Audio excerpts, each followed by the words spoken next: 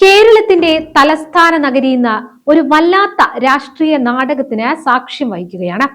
കേന്ദ്ര അവഗണന എന്ന സ്ഥിരം പല്ലവി പാടി പാളയം രക്തസാക്ഷി മണ്ഡപത്തിന് മുന്നിൽ മുഖ്യമന്ത്രിയും മന്ത്രിമാരും ഇരിക്കുന്നത് കേരളത്തിന് വേണ്ടിയാണോ, അതോ തെരഞ്ഞെടുപ്പ് അടുക്കുമ്പോൾ ജനങ്ങളുടെ കണ്ണിൽ പൊടിയിടാനാണോ? 10 വർഷം ഒന്നും ചെയ്യാതെ കാത്തിരുന്നവർ തിരഞ്ഞെടുപ്പ് ഏപ്രിൽ നടക്കാൻ സാധ്യതയുള്ളപ്പോൾ കൃത്യമായി ഇപ്പോൾ ഒരു സമരത്തിനിറങ്ങുന്നത് കാണുമ്പോൾ ഒന്നുറപ്പിക്കാം, ഇത് സമരമല്ല, ഇതൊരു വോട്ട് രാഷ്ട്രീയമാണ്. മുഖ്യമന്ത്രിയുടെ ഈ സമര നാടകത്തിന് പിന്നിലെ അവിശുദ്ധ കൂട്ടുകെട്ടുകളെ VD സതീശൻ ഓരോന്നായി വലിച്ചു കീറുകയാണ്. സന്ധിയില്ലാത്ത പോരാട്ട വീര്യവുമായി പിണറായിയുടെ ഓരോ ചെയ്തികളെയും അക്കമിട്ട് നിരത്തിക്കൊണ്ട് സതീശൻ ആഞ്ഞടിക്കുമ്പോൾ ഉത്തരം മുട്ടുന്നത് ഭരണപക്ഷത്തിനാണ്. പ്രതിപക്ഷ നേതാവ് VD സതീശൻ ചോദിച്ച ആ പ്രസക്തമായ ചോദ്യം ഇന്ന് ഓരോ മലയാളികളുടെയും കാതുകളിലും മുഴങ്ങുകയാണ്. ഡൽഹിയിൽ ചെന്നാൽ മോദിക്കും അമിത്ഷായ്ക്കും മുന്നിൽ ഓച്ചാനിച്ചു നിൽക്കുന്ന മുഖ്യമന്ത്രി കേരളത്തിൽ സമരനായകനാകുന്നത് ആരെ പറ്റിക്കാനാണ്? എന്തിനു വേണ്ടിയാണ്? പിണറായി വിജയൻ RSS കുഴിച്ച കുഴിയിലാണ് വീണിരിക്കുന്നത് എന്ന VD സതീശന്റെ വെളിപ്പെടുത്തൽ എത്ര ശരിയാണ്? കേരള രാഷ്ട്രീയത്തെ പിടിച്ചുലയ്ക്കുകയാണ് ആ വെളിപ്പെടുത്തലുകൾ. പുറത്ത് സമരവും അകത്ത് സന്ധിയുമായി മുന്നോട്ടു പോകുന്ന ഈ CPM BJP അന്തർധാരയുടെ യഥാർത്ഥ ഡീൽ എന്താണ്? വളരെ സിമ്പിൾ. ഡൽഹിയിലെ കേന്ദ്ര ഏജൻസികളിൽ നിന്ന് രക്ഷപ്പെടാൻ മുഖ്യമന്ത്രിയും സംഘവും ഒരുക്കുന്ന ഈ സേഫ് എക്സിറ്റ് പ്ലാനിന്റെ അണിയറ രഹസ്യങ്ങൾ നമുക്കൊന്ന് പരിശോധിക്കാം. കേരളത്തിലെ സാധാരണ ജനങ്ങളെ സംബന്ധിച്ചിടത്തോളം ഈ സമരം ഒരു കൗതുകകരമായിരിക്കും. എന്നാൽ രാഷ്ട്രീയ നിരീക്ഷകർക്കും കോൺഗ്രസിനും പറയാൻ സാധിക്കും, ഇത് കൃത്യമായ ഒരു തിരക്കഥയാണ്. ഡൽഹിയിൽ കേന്ദ്ര ഏജൻസികളുടെ പിടിയിൽ നിന്ന് രക്ഷപ്പെടാൻ മുഖ്യമന്ത്രിയും സംഘവും നടത്തുന്ന ഒരു സേഫ് എക്സിറ്റ് പ്ലാൻ. അല്ലാതെ ഇത് മറ്റെന്താണ്? അതിനെ വലിച്ചു കീറുകയാണ് പ്രതിപക്ഷ നേതാവ് VD സതീശൻ. VD സതീശൻ പറഞ്ഞതുപോലെ ഈ സർക്കാരുമായി യോജിച്ച ഒരു സമരത്തിനും UDF തയ്യാറല്ല.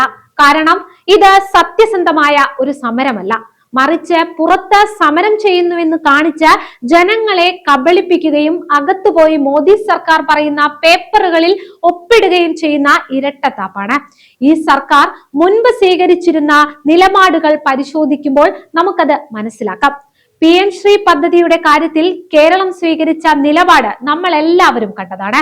ആ പദ്ധതിയുടെ കാര്യത്തിൽ പിണറായി സർക്കാർ കാട്ടിയ ഇരട്ടത്താപ്പ് മാത്രം മതി ഈ സർക്കാരിന്റെ പൊള്ളത്തരം മനസ്സിലാക്കാൻ.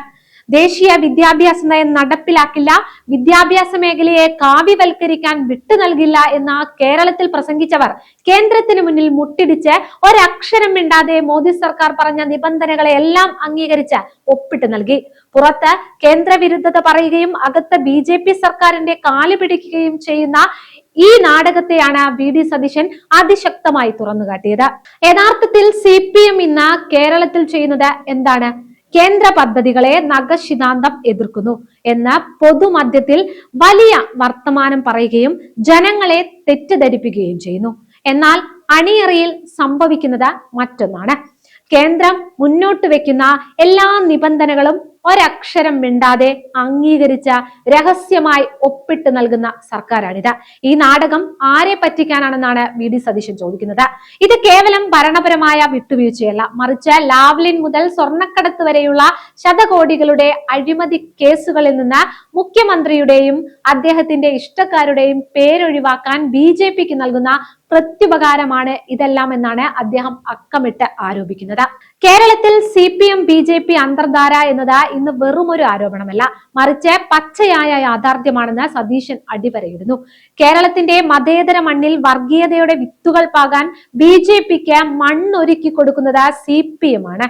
ഭൂരിപക്ഷ വർഗീയതയെ BJP എങ്ങനെയാണോ പ്രോത്സാഹിപ്പിക്കുന്നത്, അതേ അളവിൽ തന്നെ CPM-ഉം കേരളത്തിൽ വർഗീയ ധ്രുവീകരണത്തിന് ശ്രമിക്കുന്നുവെന്നും വെള്ളാപ്പള്ളി നടേശനെ കൊണ്ട് വിദ്വേഷ പ്രസംഗം നടത്തിച്ചത് സാക്ഷാൽ പിണറായി വിജയനാണെന്നും VD സതീശൻ ആരോപിക്കുന്നു. CPM നേതാവ് AK ബാലൻ നടത്തിയ സമാനമായ പ്രസ്താവനകൾ ഈ ആരോപണത്തെ ശരിവെക്കുന്നതാണെന്നും സതീശൻ ചൂണ്ടിക്കാട്ടുന്നു. സംഘപരിവാർ അജണ്ടകൾക്ക് കേരളത്തിൽ ചുവപ്പ് പരവതാനി വിരിക്കുന്ന പിണറായി സർക്കാരിന്റെ ഈ ഇരട്ടത്താപ്പിനെയാണ് പ്രതിപക്ഷ നേതാവ് ഇന്ന് അതിശക്തമായി ആഞ്ഞടിച്ചു തുറന്നു കാട്ടിയത്. എന്താണ് AK ബാലൻ പറഞ്ഞത്? UDF അധികാരത്തിൽ വന്നാൽ ആഭ്യന്തര വകുപ്പ് ജമായത്തെ ഇസ്ലാമിക്ക് നൽകേണ്ടി വരുമെന്നും മാറാട് കലാപം ആവർത്തിക്കുമെന്നുമുള്ള പ്രസ്താവനയെ മുഖ്യമന്ത്രി പിണറായി വിജയൻ വരെ പിന്തുണച്ചില്ലേ? തീർന്നില്ല.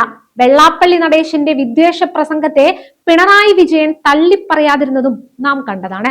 അതുകൊണ്ടാണ് VD സതീശൻ ആവർത്തിച്ചു പറയുന്നത്, ഇന്ന് കേരളത്തിൽ പിണറായി സർക്കാർ ചെയ്തു കൂട്ടുന്ന ഓരോ കാര്യവും സംഘപരിവാർ നടന്നു പോകുന്ന അതേ വഴിയിലൂടെയുള്ള സഞ്ചാരമാണെന്ന്. BJP നേതാക്കളുമായി രഹസ്യസന്ധി ചെയ്യുക, രാഷ്ട്രീയമായ അവിശുദ്ധ കൂട്ടുകെട്ടുകൾ ഉണ്ടാക്കുക, ഇതാണ് ഇന്നത്തെ കമ്മ്യൂണിസ്റ്റ് ശൈലിയെന്ന് അദ്ദേഹം ആരോപിക്കുന്നു.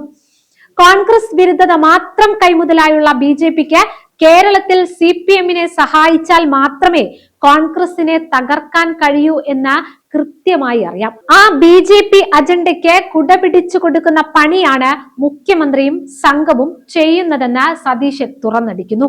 കേരളീയ സമൂഹം തിരിച്ചറിയേണ്ട മറ്റൊരു വലിയ ചതിയെക്കുറിച്ചും സതീശൻ മുന്നറിയിപ്പ് നൽകുന്നുണ്ട്. RSS നേതാക്കളുമായി രഹസ്യ ചർച്ച നടത്തിയ ഒരു മുഖ്യമന്ത്രിയാണ് ഇന്ന് കേരളം ഭരിക്കുന്നത്. ഇതിനേക്കാൾ വലിയൊരു വഞ്ചന മതേതര വിശ്വാസികൾക്ക് നേരിടാനില്ല.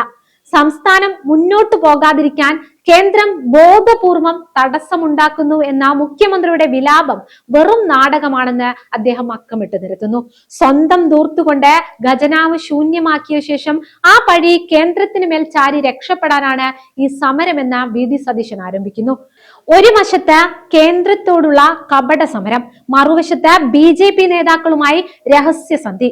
ഈ മാരകമായ ഇരട്ടത്താപ്പാണ് കേരളം ഇന്ന് കാണുന്നതെന്ന് VD സതീശൻ ശക്തമായ ഭാഷയിൽ ആരോപിക്കുന്നു. VD സതീശൻ ഉയർത്തിയ ഓരോ ചോദ്യത്തിനും പിണറായി വിജയൻ മറുപടി നൽകേണ്ടതുണ്ട്.